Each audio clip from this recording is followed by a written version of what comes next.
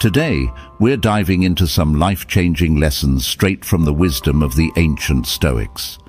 Have you ever wondered how your choices ripple through your life and others? Or why sometimes what seems like harm isn't really harm at all? And what about those opinions we cling to? Are they really worth it? We're going to explore all of this and more, breaking down complex ideas into simple, actionable steps that you can start applying right now. Have you ever thought about how understanding the underlying patterns of your life could lead to better decisions? Or how letting go of feeling harmed by every little thing could transform your life? And what if those deeply held opinions are actually holding you back from growth and understanding? Today, we're going to tackle these thought-provoking questions and uncover some profound insights. If you enjoy this series, make sure to hit that subscribe button, ring the bell for notifications, and give us a thumbs up. And don't forget to write, "Keep it up" in the comments if you love this series. Let's get started. Lesson 1. Observe cause and effect. Your cosmic detective's guide to connecting the dots and not getting played by the universe. All right, folks, let's talk about cause and effect. No, we're not diving into a physics lecture. We're talking about the real-world, everyday kind of cause and effect. The choices we make, the actions we take, and the ripple effects they create in our lives and the lives of others. The domino effect. Life's a chain reaction, a cosmic game of dominoes. Every action we take, no matter how small, sets off a chain of events that can have far-reaching consequences. Sometimes, those consequences are obvious and immediate. Other times, they're subtle and delayed, like a butterfly flapping its wings in Brazil and causing a tornado in Texas. As the philosopher Alan Watts put it, the only way to make sense out of change is to plunge into it, move with it, and join the dance.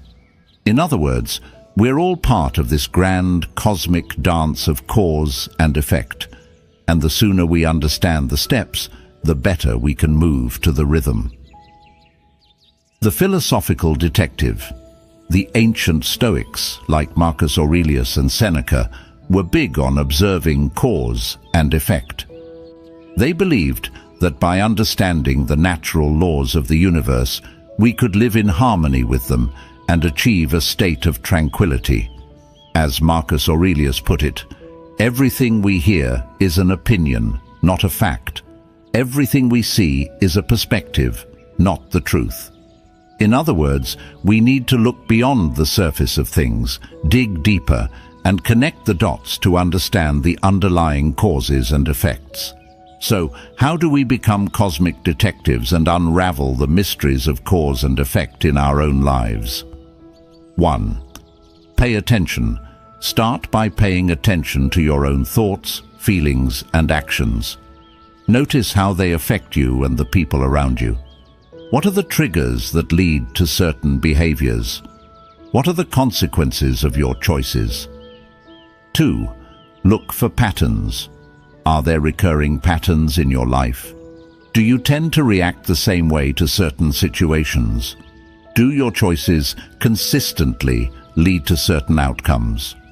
By identifying patterns, you can start to understand the underlying causes and effects in your life.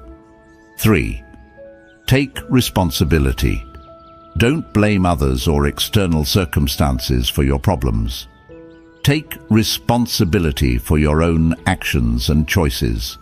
As the saying goes, you can't control the wind, but you can adjust your sails. 4. Experiment. Try different approaches and see what works. If you're not happy with the results you're getting, change your strategy. As the scientist Richard Feynman said, the first principle is that you must not fool yourself, and you are the easiest person to fool. 5. Learn from others. Observe how other people's actions and choices affect their lives. Learn from their successes and their mistakes. As the philosopher Seneca said, associate with people who are likely to improve you. Welcome those whom you are capable of improving. The process is a mutual one. Men learn as they teach. Let's explore how this concept is applied in daily life. The health nut. The health nut understands that their diet and exercise habits have a direct impact on their physical and mental well-being. They make healthy choices, track their progress, and adjust their routine as needed. The relationship guru. The relationship guru understands that their communication style, their level of empathy, and their willingness to compromise all play a role in the success of their relationships. They work on improving their communication skills, practicing active listening, and finding win-win solutions to conflicts. The financial wizard. The financial wizard understands that their spending habits, their investment choices, and their financial literacy all impact their financial well-being. They create a budget, track their expenses, and make informed investment decisions. The bottom line: life is a complex web of cause and effect. By paying attention, looking for patterns, taking responsibility, experimenting, and learning from others, we can become better at navigating this web and creating the lives we want. As the philosopher Alan Watts put it, the only way to make sense out of change is to plunge into it, move with it, and join the dance. Lesson 2. No harm, no foul. Your philosophical guide to rolling with life's punches and not sweating the small stuff. All right, folks, let's have a heart-to-heart about something we all experience: getting our feathers ruffled. You know those moments when someone cuts you off in traffic, your boss criticizes your work, or your friend forgets your birthday? It stings, right? It feels like a personal attack, a deliberate attempt to inflict pain. But here's the thing: harm is not always what it seems. In fact, it's often more about our perception of events than the events themselves. As the Stoic philosopher Epictetus famously said, it's not things that upset us, but our judgments about things. The harm illusion. We live in a world that's constantly bombarding us with stimuli: news headlines, social media posts, political debates, personal dramas. It's easy to get caught up in the negativity, to feel like we're constantly under attack, and to see harm where none exists. But the Stoics, those wise folks from ancient Greece and Rome, had a different perspective.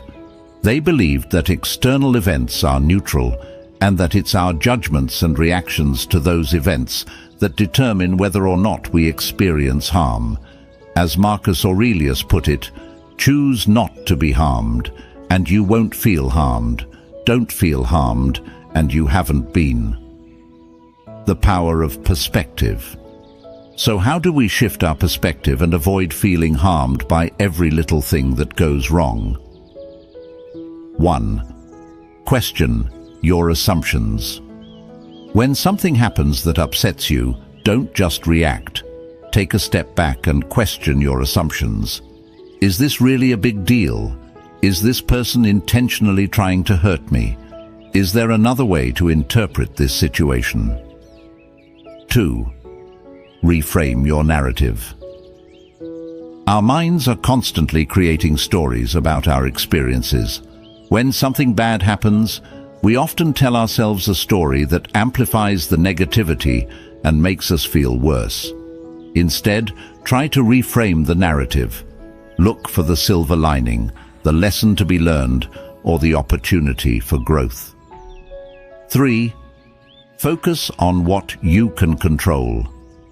You can't control what other people say or do, but you can control your own thoughts, emotions, and reactions.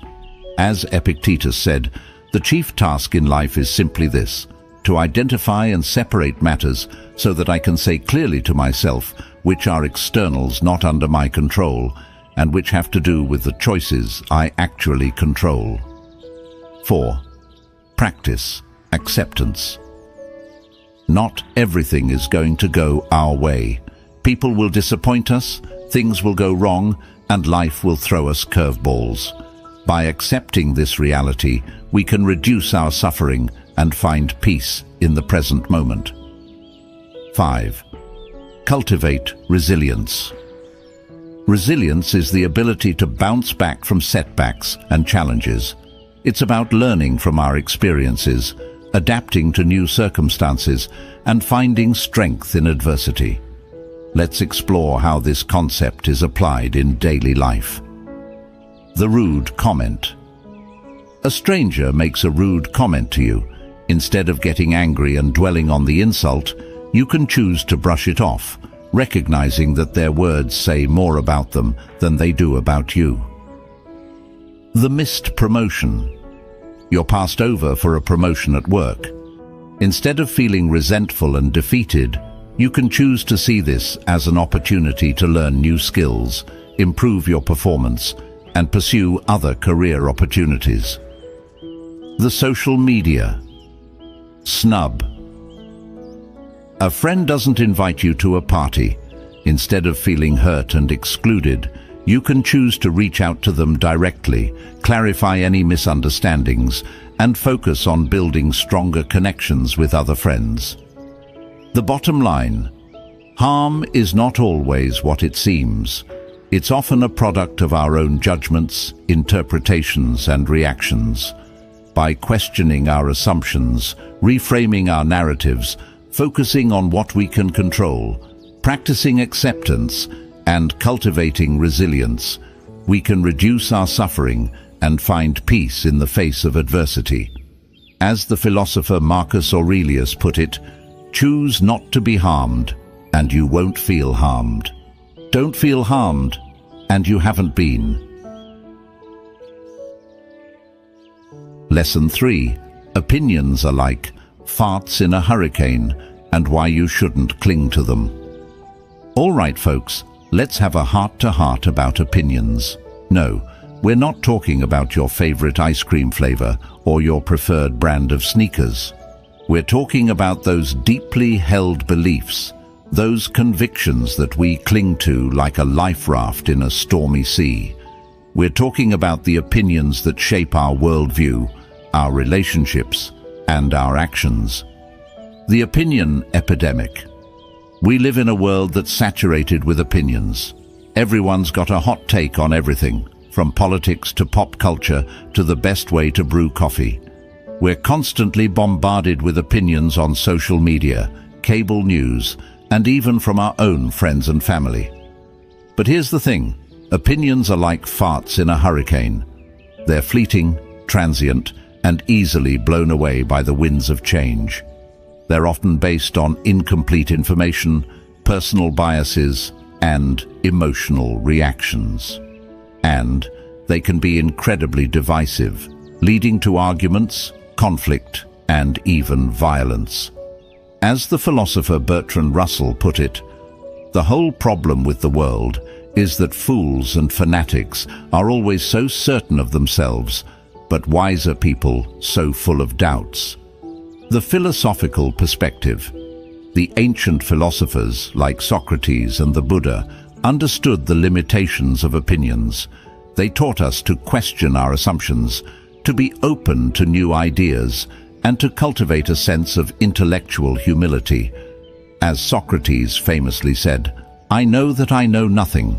In other words, the more we learn, the more we realize how little we actually know. This realization can be humbling, but it's also liberating. It frees us from the need to be right all the time and opens us up to the possibility of learning and growing. The opinion makeover. So, how do we transform our relationship with opinions and avoid getting caught up in the endless cycle of debate and disagreement? 1. The opinion audit. Take inventory of your opinions. What are your most deeply held beliefs? Where did these beliefs come from? Are they based on evidence, experience, or just hearsay? 2. The challenge mode. Don't just accept your opinions as gospel truth. Challenge them. Seek out opposing viewpoints, engage in respectful dialogue, and be open to the possibility that you might be wrong. As the philosopher John Stuart Mill said, "He who knows only his own side of the case knows little of that." 3. The detachment practice. Don't get too attached to your opinions. Remember, they're just thoughts, not facts. They can change, evolve, and even disappear over time. As the Buddhist teacher Pema Chodron put it, opinions are really the cheapest commodities on earth. Everyone has a whole bunch of them. 4. The focus shift. Instead of focusing on being right, focus on understanding. Seek to understand the underlying reasons behind other people's opinions, even if you don't agree with them. As the psychologist Carl Rogers said, "The greatest gift you can give another is the purity of your attention." 5. The humility hack. Cultivate a sense of intellectual humility. Recognize that you don't have all the answers and that there's always more to learn. As the physicist Richard Feynman said, the first principle is that you must not fool yourself, and you are the easiest person to fool. Let's explore how this concept is applied in daily life. The political pundit. The political pundit who's always on TV spouting their opinions might seem confident and knowledgeable, but they're often just regurgitating talking points and reinforcing their own biases. The social media warrior. The social media warrior who spends hours arguing with strangers online might think they're changing hearts and minds, but they're more likely just fueling the flames of division and polarization. The open-minded learner. The open-minded learner is always willing to listen to different perspectives, even if they challenge their own beliefs. They see disagreement as an opportunity for growth and understanding, not a threat to their ego. The bottom line: opinions are like farts in a hurricane. They're fleeting, transient, and often full of hot air. By questioning our assumptions, challenging our beliefs, practicing detachment, focusing on understanding, and cultivating humility, we can break free from the opinion trap and embrace a more open-minded, compassionate, and intellectually honest approach to life. As the philosopher Voltaire said, "Doubt is not a pleasant condition, but certainty is absurd." Lesson 4. The real good is simple, your antidote to the overwhelm epidemic, and why your brain will thank you. All right, folks, let's dive into a concept that's as refreshing as a cold glass of lemonade on a sweltering day. The real good is simple. No, we're not talking about dumbing things down or settling for mediocrity. We're talking about cutting through the crap, ditching the unnecessary, and focusing on what truly matters. We're talking about a life that's less cluttered, less complicated, and more aligned with our values and passions. The complexity conundrum. Let's face it, we live in a world that's obsessed with complexity. We think that more is always better. More money, more stuff, more choices, more information. We're constantly bombarded with messages telling us that we need to be busier, more productive, more connected. But all this complexity comes at a cost. It overwhelms our minds, stresses us out, and leaves us feeling empty and unfulfilled. As the philosopher Henry David Thoreau put it, our life is frittered away by detail. Simplify, simplify. In other words, we're so busy chasing after the next big thing that we forget to appreciate the simple joys of life. The philosophical roots of simplicity. The idea that the good life is a simple life is not new. The ancient philosophers like Epicurus and the Stoics emphasized the importance of moderation, contentment, and focusing on what truly matters. Epicurus, for example, believed that the highest good is pleasure, but not the fleeting pleasures of the senses. He advocated for simple pleasures like friendship, good conversation, and a peaceful mind. The Stoics, on the other hand, emphasized the importance of virtue, wisdom, and living in accordance with nature. They believed that by simplifying our lives and focusing on what we can control, we could achieve inner peace and tranquility. The simple life advantage. So, what's the advantage of living a simpler life? 1. Clarity. When we simplify our lives, we declutter our minds. We have more mental bandwidth to focus on what's important, to make better decisions, and to think more clearly. 2. Peace of mind. Simplicity reduces stress and anxiety.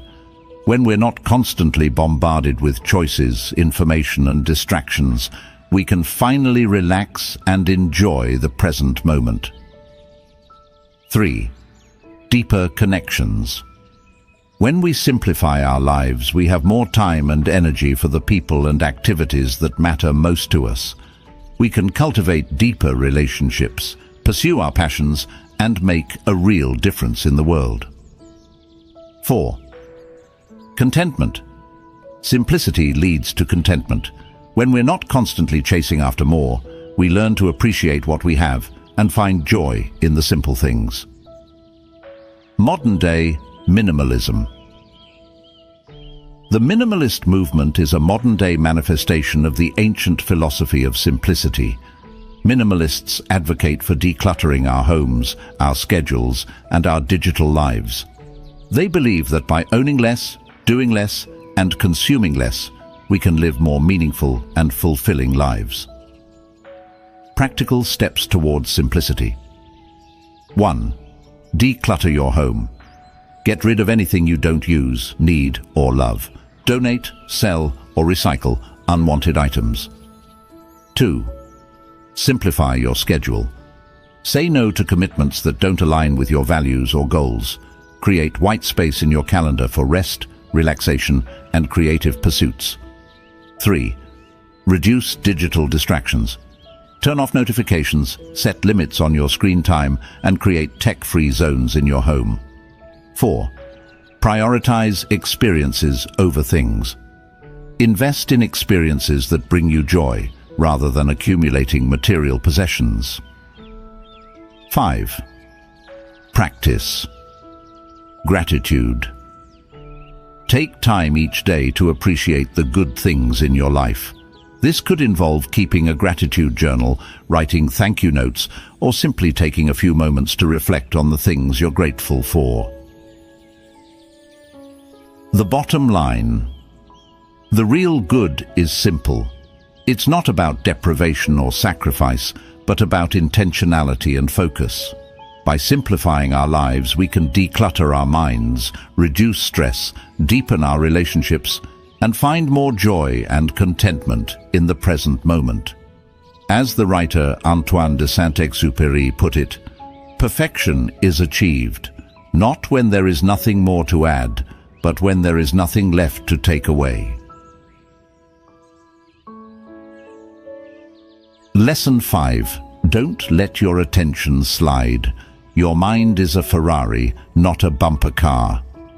All right, folks, let's have a heart-to-heart about attention. Not the "look at me, I'm so shiny" kind of attention, but the focused, laser-like attention that allows us to truly engage with the world around us, to learn, to create, and to connect with others on a deeper level. The attention deficit disorder epidemic. Let's face it, we live in a world that's designed to distract us. Our phones buzz with notifications, our inboxes overflow with emails, and our social media feeds are an endless stream of memes, clickbait, and outrage. It's no wonder our attention spans are shrinking faster than a polar ice cap. As the philosopher William James put it, The faculty of voluntarily bringing back a wandering attention over and over again is the very root of judgment, character, and will. In other words, our ability to focus our attention is essential for everything from making good decisions to achieving our goals to living a meaningful life. The philosophical focus. The ancient philosophers like Aristotle and Confucius understood the importance of attention and focus. They believed that our minds are like muscles that need to be trained and exercised. They taught us techniques like meditation and mindfulness to help us cultivate a more focused and attentive mind. As the Buddhist monk Thich Nhat Hanh put it, "The present moment is filled with joy and happiness. If you are attentive, you will see it." So, how do we reclaim our attention and break free from the distractions that are constantly vying for our mental real estate? 1. The digital detox. Take regular breaks from technology. Turn off your phone, close your laptop, and step away from the screens. Spend time in nature, read a book, have a conversation with a loved one. As the writer Cal Newport put it, "Clarity about what matters provides clarity about what does not." 2. The Pomodoro technique. This time management method involves working in focused 25-minute intervals, followed by short breaks. It's a great way to break down large tasks into manageable chunks and avoid burnout. 3. The mindfulness muscle. Mindfulness is the practice of paying attention to the present moment without judgment. By cultivating mindfulness, we can become more aware of our thoughts and feelings, and we can learn to gently redirect our attention back to the task at hand. 4. The single-tasking superhero. Multitasking is a myth. Our brains are not wired to do multiple things at once. When we try to multitask, we end up doing each task poorly and feeling stressed and overwhelmed. Focus on one task at a time and give it your full attention. 5. The environmental engineer. Our physical environment has a huge impact on our ability to focus. Create a workspace that's free of distractions, with good lighting, comfortable seating, and minimal clutter. As the saying goes, a cluttered desk is a cluttered mind. Let's explore how this concept is applied in daily life. The distracted student. The distracted student struggles to focus on their studies because they're constantly checking their phone and scrolling through social media.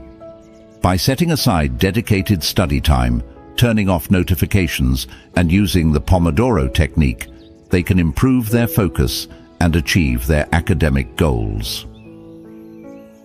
The overwhelmed entrepreneur. The overwhelmed entrepreneur is constantly juggling multiple projects and deadlines. By prioritizing their tasks, delegating when possible, and taking regular breaks, they can reduce their stress levels and improve their productivity. The creative professional. The creative professional needs to focus their attention to tap into their creativity and produce their best work. By creating a distraction-free workspace, scheduling regular creative time, and practicing mindfulness, they can unleash their full creative potential. The bottom line: your attention is your most valuable asset. It's what allows you to learn, to create, to connect, and to live a meaningful life. Don't let it be hijacked by distractions and mindless scrolling. By cultivating a more focused and attentive mind, you can achieve your goals, improve your relationships, and experience the world in a whole new way. As the philosopher William James put it, "My experience is what I agree to attend to." So, choose wisely what you give your attention to, and don't let it slide. Lesson 6. The marks of a rational person. Your brain's user manual for thinking straight and avoiding the crazy train. All right, folks, let's talk about being rational. No, we're not talking about being a Spock like Vulcan or a cold, calculating robot. We're talking about using your brainpower to make sound decisions, solve problems effectively, and navigate the complexities of life with a clear head and a level-headed approach. The irrationality epidemic. Let's face it, we live in a world that's full of irrationality. We're bombarded with fake news, conspiracy theories, and emotional appeals that are designed to manipulate our thinking and cloud our judgment. We see people making decisions based on fear, greed, and prejudice, rather than logic and reason. As the philosopher Bertrand Russell put it, most people would rather die than think. In fact, they do so. In other words, it's easier to go with the flow, follow the crowd, and avoid the mental effort required for rational thought. The philosophical roots of rationality. The ancient Greeks, like Aristotle and Socrates, were pioneers in the field of rationality. They believed that reason is what separates us from animals, and that by using our rational faculties, we can achieve knowledge, wisdom, and a good life. As Aristotle put it, the ultimate value of life depends upon awareness and the power of contemplation rather than upon mere survival. So, what are the marks of a rational person? 1. Critical thinking. A rational person is a critical thinker. They don't just accept information at face value. They question everything, seek out evidence, and evaluate arguments based on their merits, not on their emotional appeal or the authority of the speaker. 2. Open-mindedness. A rational person is open-minded. They're willing to consider different perspectives, even if they don't agree with them. They're not afraid to change their minds when presented with new evidence or a compelling argument. 3. Objectivity. A rational person strives for objectivity. They try to see things as they are, not as they wish them to be. They're aware of their own biases and prejudices, and they try to compensate for them. 4. Logic and reason. A rational person uses logic and reason to arrive at conclusions. They're not swayed by emotions, fallacies, or wishful thinking. They follow the evidence where it leads, even if it contradicts their preconceived notions. 5. Intellectual humility. A rational person is humble about their own knowledge and understanding. They recognize that they don't have all the answers, and they're always open to learning more. Let's explore how this concept is applied in daily life. The scientist. Scientists are trained to be rational thinkers. They use the scientific method to test hypotheses, gather evidence, and draw conclusions based on data, not on personal beliefs or opinions. The judge. Judges are expected to be impartial and objective. They must weigh the evidence, apply the law, and make decisions based on reason, not on emotion or prejudice. The skeptic.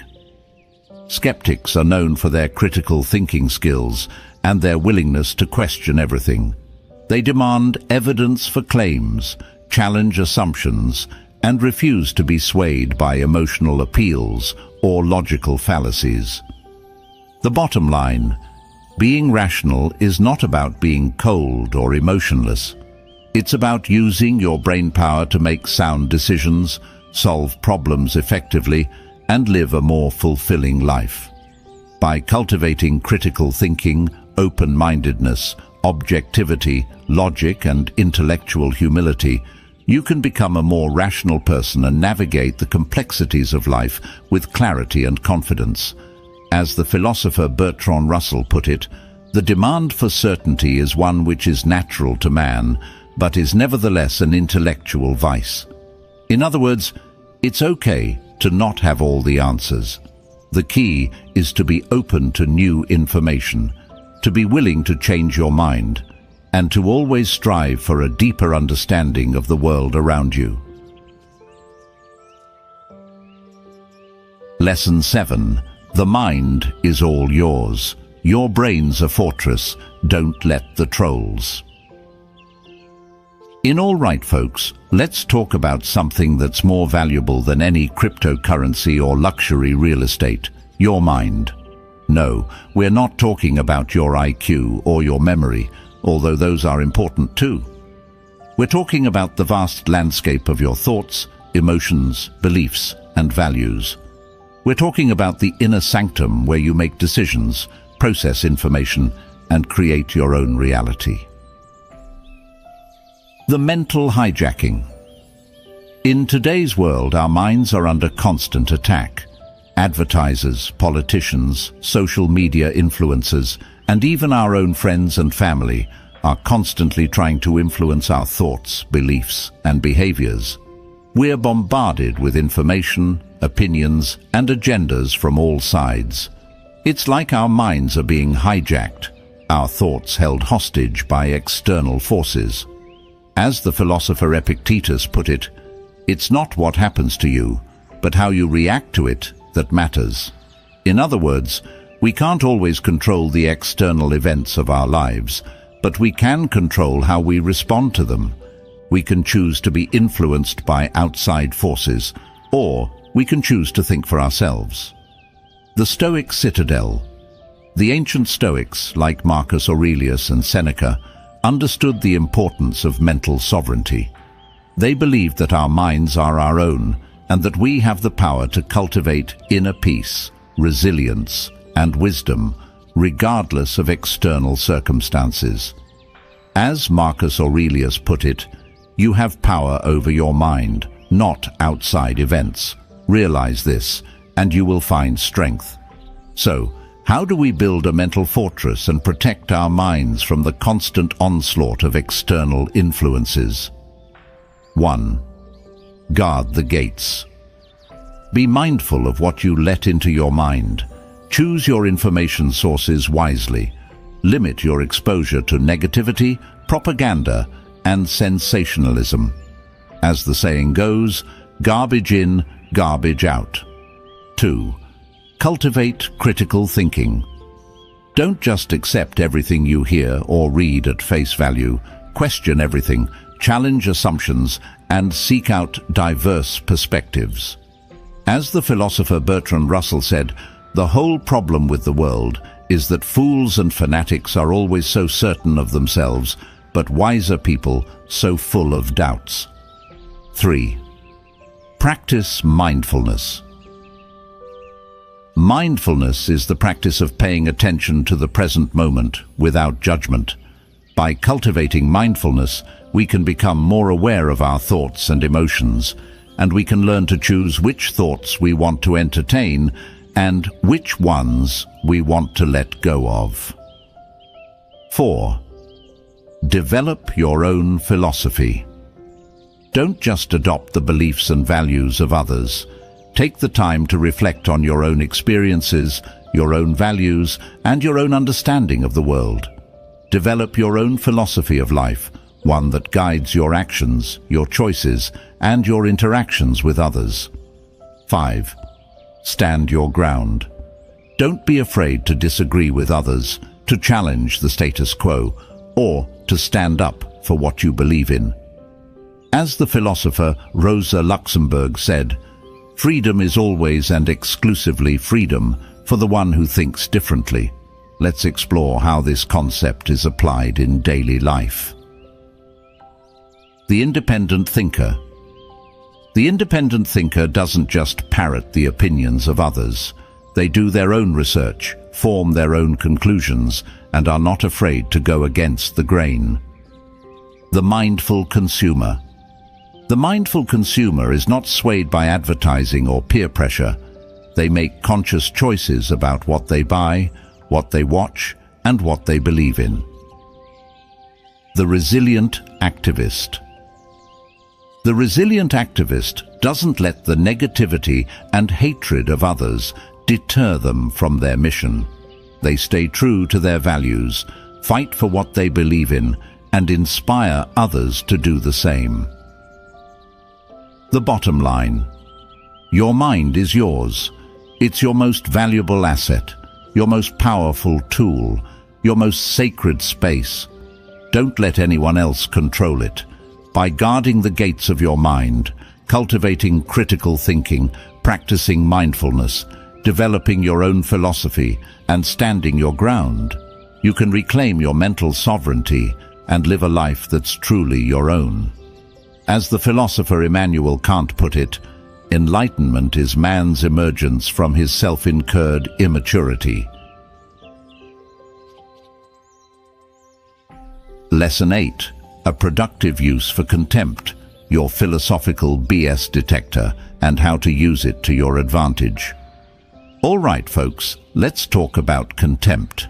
No, we're not talking about the kind of disdain you feel for that annoying coworker or the latest political scandal. We're talking about a philosophical tool, a way of thinking that can help you cut through the crap, see things as they really are, and make better decisions in a world that's constantly trying to pull the wool over your eyes. The contempt conundrum. Contempt gets a bad rap. It's often associated with negativity, cynicism, and a general disdain for humanity. But the Stoics, those ancient masters of mental fortitude, saw contempt as a valuable tool for achieving clarity, objectivity, and inner peace. As Marcus Aurelius put it, just as when meat or other foods are set before us, we think this is a dead fish, a dead bird or pig, and also this Falernian wine is only the juice of a bunch of grapes. This purple-edged robe just sheep's wool dyed with a bit of blood from a shellfish. So it is with all the objects of desire. In other words, by stripping away the fancy packaging and looking at things for what they truly are, we can avoid getting caught up in the hype, the illusions, and the distractions that can lead us astray. The philosophical lens of contempt. Contempt in this context is not about being mean or judgmental. It's about seeing things clearly, without the rose-colored glasses of our emotions or desires. It's about recognizing the impermanence of things, the fleeting nature of pleasure, and the ultimate insignificance of many of the things we chase after. By cultivating a healthy dose of contempt, we can 1. Gain perspective. When we see things as they truly are, we're less likely to get caught up in the drama, the hype, and the trivialities of life. We can focus on what truly matters and make decisions that are aligned with our values and goals. 2. Reduce attachment. By recognizing the impermanence of things, we can loosen our grip on material possessions, external validation, and fleeting pleasures. This can lead to greater inner peace and contentment. 3. Make better decisions. When we're not swayed by emotions or desires, we can make more rational, objective decisions. We can see through the marketing hype, the social pressure, and the FOMO that often cloud our judgment. 4. Cultivate resilience. By accepting the harsh realities of life, we can build resilience and develop the mental fortitude to face challenges with equanimity. As the Stoic philosopher Seneca put it, we suffer more often in imagination than in reality. Let's explore how this concept is applied in daily life. The social media detox. By applying a healthy dose of contempt to the curated highlight reels we see on social media, we can avoid the comparison trap and focus on our own lives. The consumerist cure. By recognizing that the latest gadget or fashion trend is just a fleeting pleasure, we can resist the urge to overspend and focus on experiences and relationships that bring lasting joy. The career clarity. By stripping away the prestige and glamour associated with certain careers, we can focus on finding work that's truly meaningful and fulfilling. The relationship reality check. By seeing our partners and ourselves with all their flaws and imperfections, we can cultivate a more realistic and sustainable love.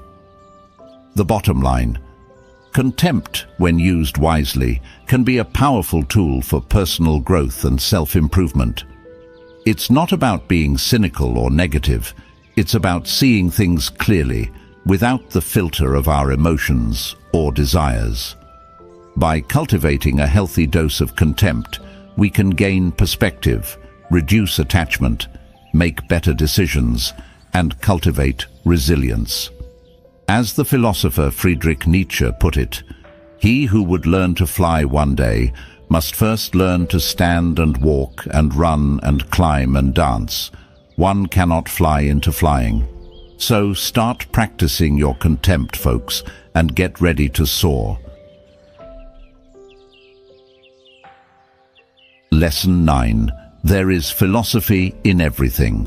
Your mind-blowing guide to finding meaning in a bag of Doritos. All right, folks, let's talk about philosophy. No, we're not talking about dusty old books or abstract theories, although those can be pretty cool.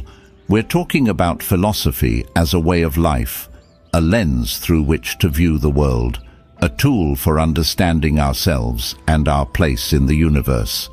And the best part, you don't need a PhD to do it. Philosophy is everywhere, lurking in the most unexpected places, just waiting to be discovered. The philosophy of everyday life. Think about it. Every choice you make, every action you take, every thought you have is infused with philosophical implications. From the mundane to the profound, from the cereal you choose for breakfast to the career path you pursue, there's a philosophical dimension to everything. As the philosopher Alan Watts put it, this is the real secret of life, to be completely engaged with what you are doing in the here and now, and instead of calling it work, realize it is play. In other words, even the most ordinary activities can be imbued with meaning and purpose when we approach them with a philosophical mindset. So, how do we unlock the hidden philosophy in our everyday lives? 1. Question everything. Don't just accept things at face value. Ask questions, challenge assumptions, and seek out deeper truths. As the philosopher Socrates famously said, "The unexamined life is not worth living." 2. Look for patterns. Philosophy is all about finding patterns and connections. Look for patterns in nature, in human behavior, in the events of your own life. As the physicist Fritjof Capra put it, the universe is not a collection of objects, but an interconnected web of relationships. 3. Embrace paradox. Life is full of paradoxes. The more we learn, the more we realize how little we know. The harder we try to control things, the less control we have. The more we give, the more we receive. By embracing paradox, we can expand our thinking and open ourselves up to new possibilities. 4. Find meaning in the mundane. Even the most ordinary activities can be imbued with meaning and purpose. Washing dishes can be a meditation on impermanence. Commuting to work can be a time for reflection and contemplation. As the poet Mary Oliver put it, instructions for living a life. Pay attention, be astonished, tell about it. 5. Connect with others. Philosophy is not just a solitary pursuit, it's best shared with others. Engage in conversations, debate ideas, and learn from different perspectives. As the philosopher Hannah Arendt put it, the world is not humane just because it is made by human beings, but because it is and can be inhabited by human beings. Let's explore how this concept is applied in daily life. The coffee shop philosopher. You're sitting in a coffee shop, sipping your latte, and eavesdropping on a conversation between two strangers. They're debating the meaning of life, the nature of reality, or the ethics of artificial intelligence. Suddenly, you realize that you're witnessing a philosophical discussion in the wild. The commuter contemplator. You're stuck in traffic, but instead of getting frustrated, you use the time to reflect on your life, your goals, and your values. You think about the choices you've made, the challenges you've faced, and the lessons you've learned. The dinner table debater. You're having dinner with friends and the conversation turns to a controversial topic. Instead of getting into a heated argument, you engage in a respectful debate, exploring different perspectives and seeking common ground. The bottom line: philosophy is not just for academics or intellectuals. It's for anyone who's curious about the world, who wants to understand themselves better, and who wants to live a more meaningful and fulfilling life. By questioning everything, looking for patterns, embracing paradox, finding meaning in the mundane, and connecting with others, you can unlock the hidden philosophy in your everyday life and discover a world of wonder, wisdom, and possibility. As the philosopher Alan Watts put it, the menu is not the meal. So, go out there and taste the feast of life. You might be surprised at what you discover.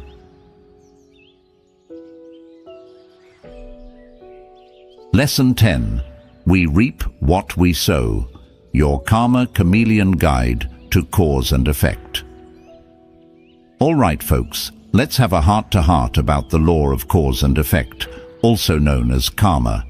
No, we're not talking about some mystical force that punishes you for eating meat on Fridays or rewards you for recycling. We're talking about the simple truth that our actions have consequences, both for ourselves and for others. The ripple effect.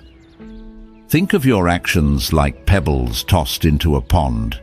Each pebble creates ripples that spread outward, affecting everything in their path. The same goes for our choices. Every decision we make, every action we take, creates a ripple effect that can have far-reaching consequences. As the philosopher Aristotle put it, "For as it is not one swallow or one fine day that makes a spring, so it is not one day or a short time that makes a man blessed and happy." In other words, our lives are shaped not by isolated events, but by the accumulation of our choices and actions over time. The Karma Chameleon. Karma is often misunderstood as a cosmic system of punishment and reward, but it's more nuanced than that. Karma is simply the law of cause and effect, the idea that our actions have consequences that come back to us in some form or another. As the Buddhist saying goes, if you plant a mango seed, you will get a mango tree. If you plant a lemon seed, you will get a lemon tree. In other words, we reap what we sow. So, how do we use this understanding of karma to live a better life? 1. Mindful action.